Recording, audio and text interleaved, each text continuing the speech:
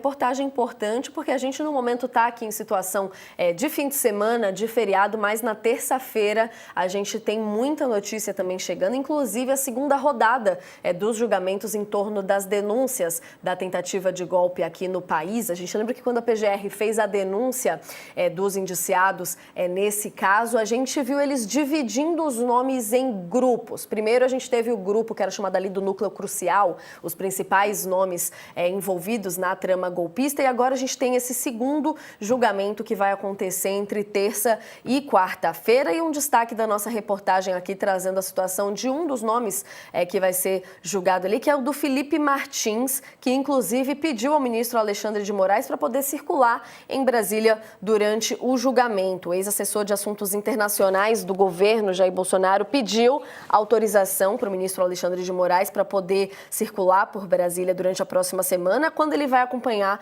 o julgamento sobre a tentativa de golpe no Supremo Tribunal Federal. Na quinta, o Moraes autorizou que o Felipe Martins acompanhe o julgamento na sede do STF, que está marcado para começar na terça, como a gente destacava aqui. Ele que está usando tornozeleira eletrônica e está proibido de deixar Ponta Grossa, no Paraná, onde mora por isso. A defesa de Martins pediu para que ele possa circular em Brasília e a decisão anterior do Moraes estava limitando esses deslocamentos só para ele poder fazer ali trajeto entre hotel, aeroporto e Supremo. Mas os advogados avaliam que o ministro impôs uma restrição mais severa do que a aplicada em Ponta Grossa, onde ele pode circular durante o dia e deve voltar para casa no período noturno. Ou seja, agora ele quer poder circular para o Brasília também. Essa medida imposta por Moraes compromete a dignidade do acusado, de acordo com a defesa. Os advogados também alegam que a restrição pode gerar constrangimentos operacionais e jurídicos desnecessários, nas palavras deles, inclusive no acesso à alimentação, cuidados pessoais ou deslocamentos imprevistos. O julgamento, então, vai acontecer entre terça e quarta-feira e Martins também está pedindo para o Moraes que a permanência dele em Brasília seja autorizada caso as sessões da primeira turma se estendam além desse período previsto que a gente está trazendo por aqui.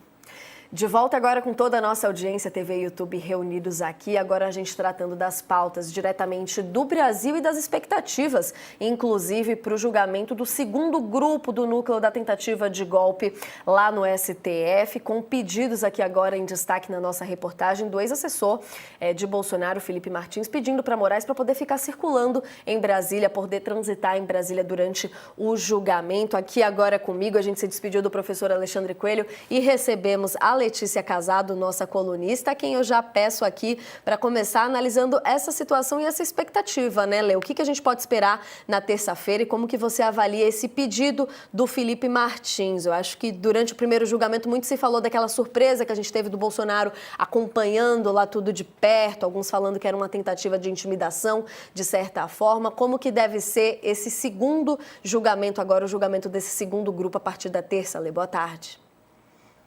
Boa tarde, Natália. Boa tarde, Isabela, de novo. Bom, para terça-feira, a gente estava esperando também um cenário um pouco mais tranquilo em relação ao que foi no julgamento do núcleo crucial, que é o núcleo 1, que foi aquele do ex-presidente Bolsonaro. Na quinta-feira, quando veio essa informação do Felipe Martins, que ele também queria participar, bom, a gente aqui em Brasília já passou a achar, bom, vai ser uma coisa um pouco mais animada do que estava parecendo em princípio. Porque o Felipe Martins, ele é uma figura importante dentro dessa história toda, porque ele era muito próximo do Jair Bolsonaro enquanto era presidente da República, ele era assessor de assuntos internacionais. O Felipe Martins, ele tem uma ligação muito próxima também com o Eduardo Bolsonaro e com o Carlos Bolsonaro, naquela época no Palácio do Planalto. Então ele ficava dentro do Palácio do Planalto e era um interlocutor também, um porta-voz dos dois filhos do presidente, dentro dessa troca de assuntos que é essa pauta da extrema-direita no cenário internacional, que é uma pauta muito ligada à questão de costumes, tudo isso daí, ele é muito alinhado com o Eduardo Bolsonaro. E ele também tinha uma ligação muito próxima, inclusive diziam que ele fazia parte do chamado Gabinete do Ódio, que era aquele grupo que, segundo os investigadores, era comandado pelo Carlos Bolsonaro, com alguns assessores próximos, e que Felipe Martins tinha uma ligação constante com ele, sobre como tratar de pautas de costume, principalmente, mas pautas antipetistas, pautas em favor do Jair Bolsonaro nas redes sociais.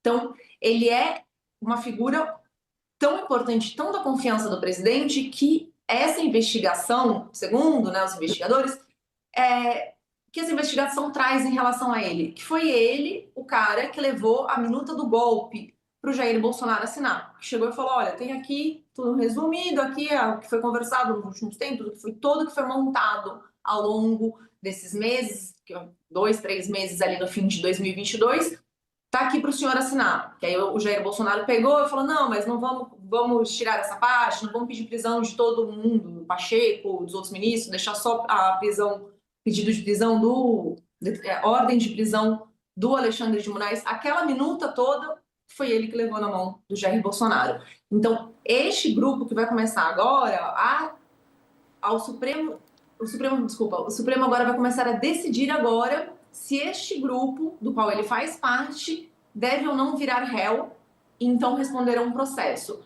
A tendência é que sim, porque pelo que a gente vê, pelo que a gente acompanha do Supremo, está tudo muito amarrado na visão dos ministros, né? Que eles já estão tratando disso tudo, que eles há muito tempo, que eles veem que começou um negócio a ser discutido no início do governo, no início da gestão Bolsonaro, mas que o primeiro pulo teria sido em 2021, quando começou a se tratar de um golpe, segundo a PGR, foi em 2021 e que culminou no 8 de janeiro de 2023.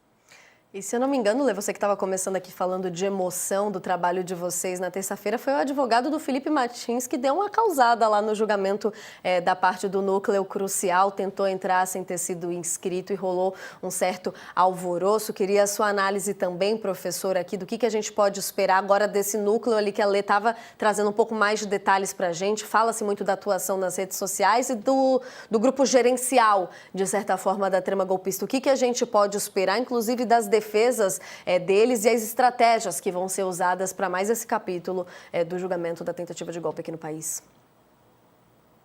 Natália, completando o que a Letícia trouxe, que é um ponto bem importante, né, contextualizando quem é o Martins, o que ele significa, o que ele representa, eu diria o seguinte, que a gente pode também se questionar por que ele quer circular em Brasília, né? E aí vale lembrar que, mesmo no caso quando a gente teve o Bolsonaro participando da sessão na Suprema Corte, não é comum que réus ou investigados estejam nas sessões presencialmente no tipo de sessão da Suprema Corte. Porque normalmente eles são representados pelos seus advogados. Quando o Bolsonaro foi no primeiro dia, isso causou um mal-estar. Isso pode ser visto, inclusive, como uma espécie de afronta, né, à corte. Claro que ele pode fazer isso, né, ele tem esse direito, mas não é muito comum. E no caso do Bolsonaro, ele até chegou a fazer uma postagem, né, enquanto estava durante a sessão, enfim, uma postagem que era de uma espécie de afronta. No caso do Felipe Martins, me parece mais que circular em Brasília é menos para participar da sua própria defesa e mais para fazer articulação política, né, para visitar pessoas, para conversar, para, inclusive, falar sobre questões que tanto estejam relacionadas com digamos, as narrativas em torno do julgamento como um todo e até do PL da anistia. Então, eu acho que é mais nesse sentido o interesse dele do que apenas cuidar da própria defesa. Agora, é claro, os advogados fizeram esse pedido, ele pode ser aceito ou não, mas me parece que seja isso. Mas vale lembrar, como a Letícia também trouxe, a importância que tem o Felipe Martins na articulação, principalmente do ponto de vista digital.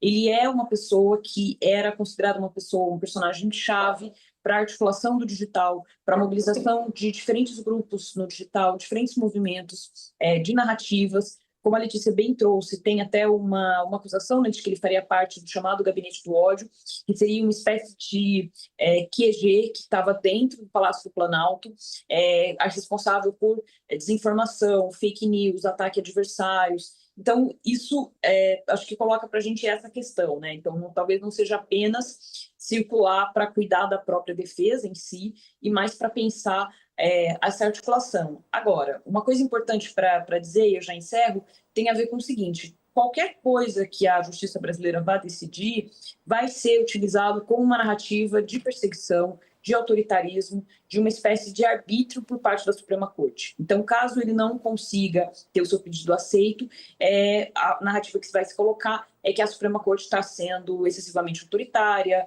está tomando medidas que são desproporcionais. Então, eu acho que isso também é uma coisa que, de uma certa maneira, também pode ser utilizada a favor dessas narrativas, né, de que o julgamento está sendo parcial, não está sendo justo o suficiente.